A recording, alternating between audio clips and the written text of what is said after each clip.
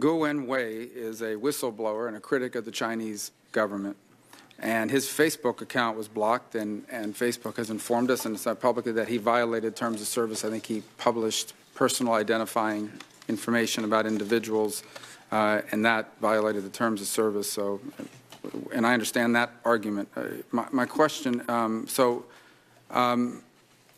what I want to be clear is, was there any pressure from the Chinese government to block his account? No, Senator. We reviewed a report on that account and analyzed it through regular channels using our regular procedures. The blocking was not of the account in its entirety, but I believe was of specific posts that violated our policy. So you can testify today that you did not come under pressure from the Chinese government or any of its representatives or people working for them to block his account or to block whatever it is you blocked? I want to make sure I'm being precise and clear. We did receive a report from representatives of the Chinese government about the account. We analyzed that report as we would any other and took action solely based on our policies. Facebook is not allowed to operate in China. Is that correct? That's correct. Our consumer services are blocked in China. That's correct. Okay.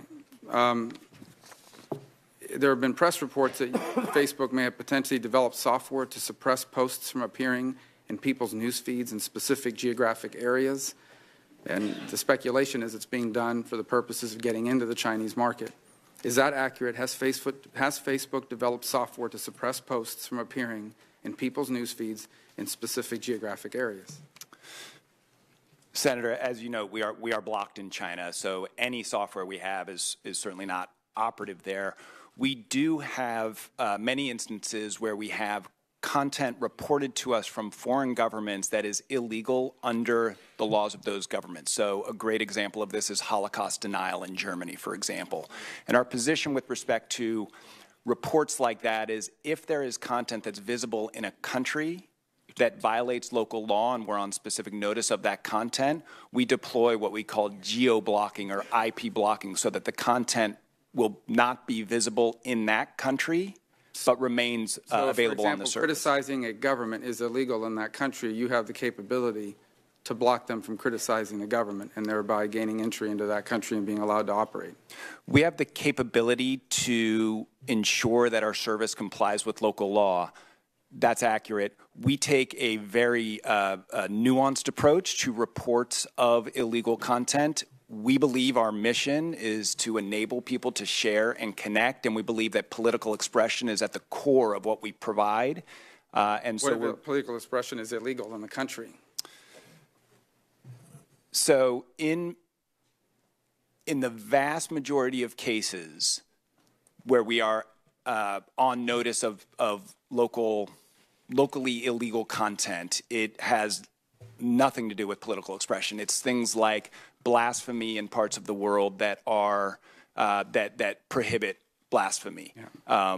We could probably do a whole hearing on that topic, but here's why that's related to what we're talking about today. Terms of service is what the reason why he was knocked off. All of you have terms of service. Is a foreign influence campaign a violation of the terms of service of any of the three companies represented here today? If you can prove that someone is doing it on behalf of a foreign government seeking to interfere in an election, does that violate your terms of service?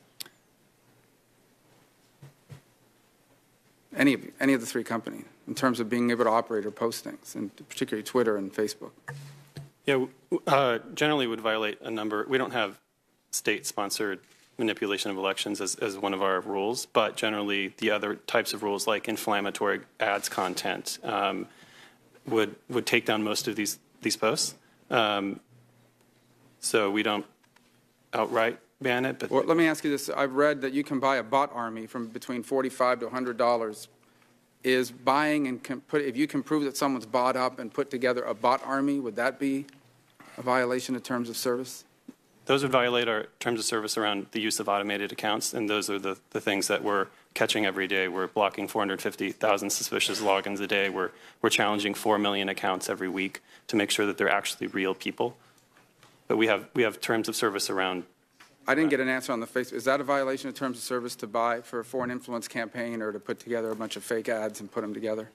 That campaign violates our terms and our policies in a number of ways, and we do not permit automated means for accessing the site. So using the bots likewise would be a violation. Okay. What about, you said, so if someone goes on and posts social security number and date of birth of an individual, that's a violation of terms of service, correct? For Facebook, it is, yes. I imagine for It all is, the platforms. of course. What about if someone goes online and posts classified information, illegally obtained, that threatens the lives of individuals or methods, or potentially disrupts the ability to disrupt a plot that can endanger the lives of people? Is posting that online or posting that in one of your platforms a violation of terms of service? It happens sometimes. I don't know if you're aware of it, but they... Yeah, we work with law enforcement all the time on matters like that and balance free speech rights, obviously, with those of obviously an imminent threat we would take very seriously and act on right away. I guess my point is personal identifying information is illegal to post it, right? It threatens someone's identity. It's also illegal to steal and reveal classified information. And I'm just curious if that's also a violation of terms of service, since the fact it could have real-life implications on individuals who could be compromised because of that release.